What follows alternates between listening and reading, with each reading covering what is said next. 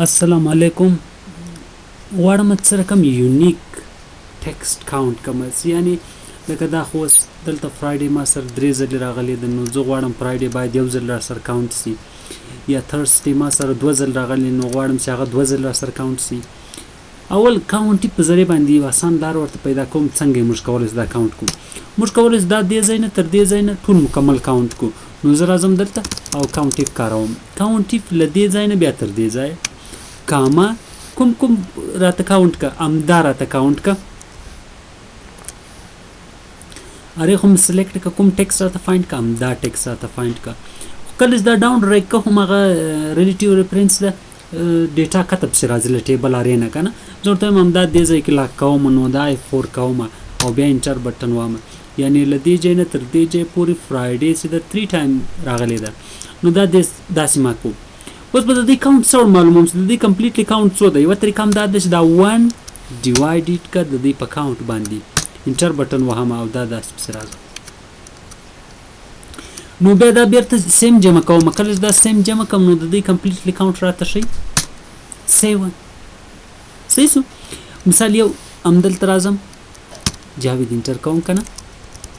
کله چې دا انټر کو جاوید سره ځکه دلته ولی اتسو، ځکه جاوید سره هغه د هغه ځای ونیو یا د سنډے وکنه، او سنډے دلته یونیک سوی ودانه سو او د جاوید هم دلته یونیک سوی او دانه نو اته دانه یونیک لرو.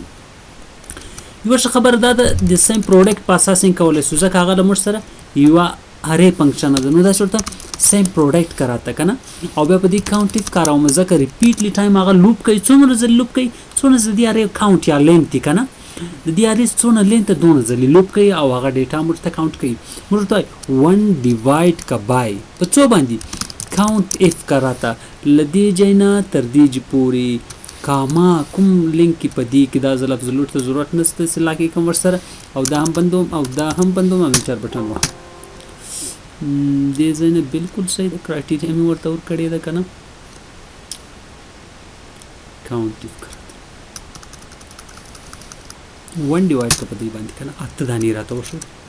دا کار عین سیم کولای شي، خو سیم یو مشکل لري. کنټر وای یوازې اول کاونټ کو کنه. نو موږ وای دا ریپیټلی ټایم کاونټ کینو کنټرول شفت انټر ور سره وهم.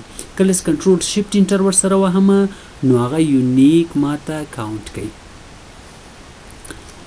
دا د سیم پروډکټ سیم په ذریعہ باندې کاونټ یونیک ټیکس د نه نمبرو لپاره بیا فریکونسي کارو، دا هغه باینري نمبر چې کو بیا هم کاونټ کولای شو.